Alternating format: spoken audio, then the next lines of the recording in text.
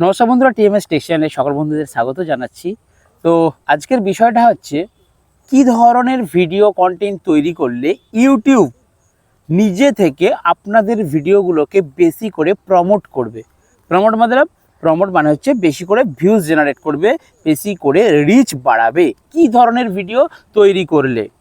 তো রিসেন্ট কয়েকজন take channel আমি দেখেছিলাম যে ব্লগ ভিডিওর কোনো ভ্যালু নেই।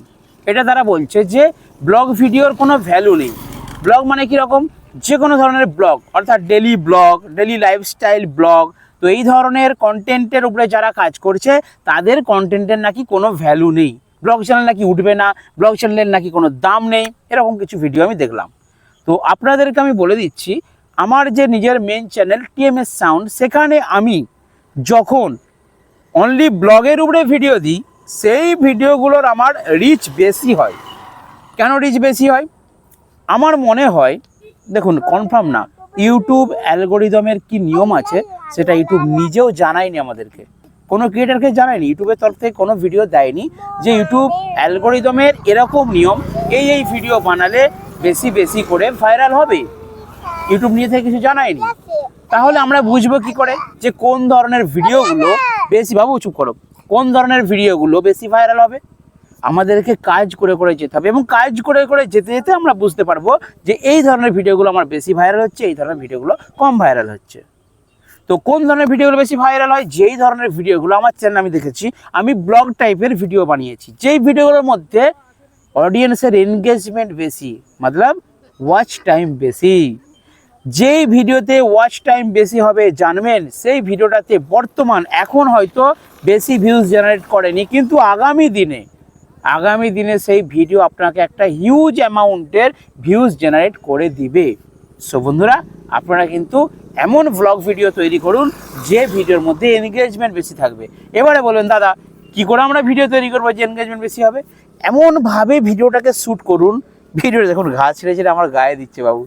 তো এমনভাবে ভিডিওটা শ্যুট করুন, এমনভাবে ভিডিওটাকে তৈরি করুন যেমন ভিডিওটা একটা সিনেমেটিক হয়, সিনেমার মতো হয়। দেখেননি সিরিয়ালের একটা ঘটনা, মানুষ দেখতে দেখতে পুরোটা দেখে ফেলে, মাঝে অ্যাড দিলে বিরক্ত লাগে, দূর জিনিসটা ভালো দেখছিলাম, দেখতে দেখতে একটা মাঝে অ্যাড দিয়ে দিল। এরকম যেমন অ্যাট্রাকটিভ কন্টেন্ট হয় আপনার, অর্থাৎ সিনেমার মতো।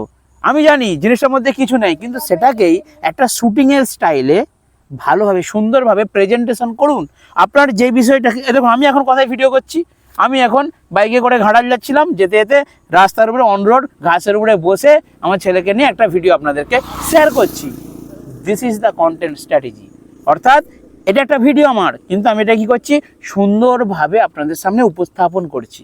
এটাই ভিডিওটাকে এমনভাবে তৈরি করুন যেমন কেউ না কেউ যারা দেখবে অডিয়েন্সে, তাই এমন দেখতে দেখতে পুরোটা দেখে ফেলে, তাহলেই আপনার ভিডিও থেকে ওয়াচ টাইম জেনারেট হবে। আর ভিডিও থেকে যদি বেশি করে ওয়াচ টাইম জেনারেট হয় তাহলে আপনার সেই ভিডিও রিচ বাড়বে।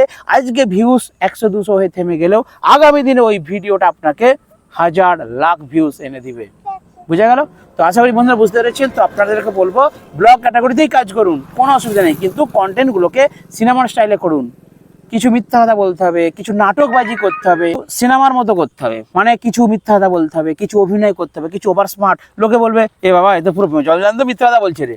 আরে ভাই, মিথ্যাই দুনিয়া চলে, সব সত্যি কথা বলে আপনাকে কে ভিডিও তৈরি করছেন? আপনাদের ফল্ট কি জানেন? আপনারা অডিয়েন্সদের কথা ভেবে ফেলেন যে দর্শকরা এটা শুনে বলবে তো আমি মিথ্যা কথা বলছি, ও বাবা এটা বলা চলবে না। এরম নয়, আপনারা সেটাকে রোমান্টিকভাবে একটা সুন্দরভাবে সিনেমার মতো করে ভিডিও তৈরি করুন, যেমন যে কেউ দেখুক ভিডিওটা, সে যেমন ভিডিওটা দেখে এন্টারটেন হতে পারে, আনন্দ পায়। এই ধরনের কন্টেন্ট তৈরি করুন, তাহলে আপনারা ইউটিউবে এগিয়ে যেতে পারবেন। আমার এক্সপিরিয়েন্স আপনাদেরকে আমি শেয়ার করি। আজকের ভিডিও এখানে শেষ করে দিই, টাটা বাই বলে দাও। যদি ভালো লাগে একটা লাইক করে দেবেন। ঠিক আছে, তো আজকের ভিডিও এখানে শেষ করলাম। আর যদি ভালো লাগে বাবু বলে দিয়েছে টাটা বাই।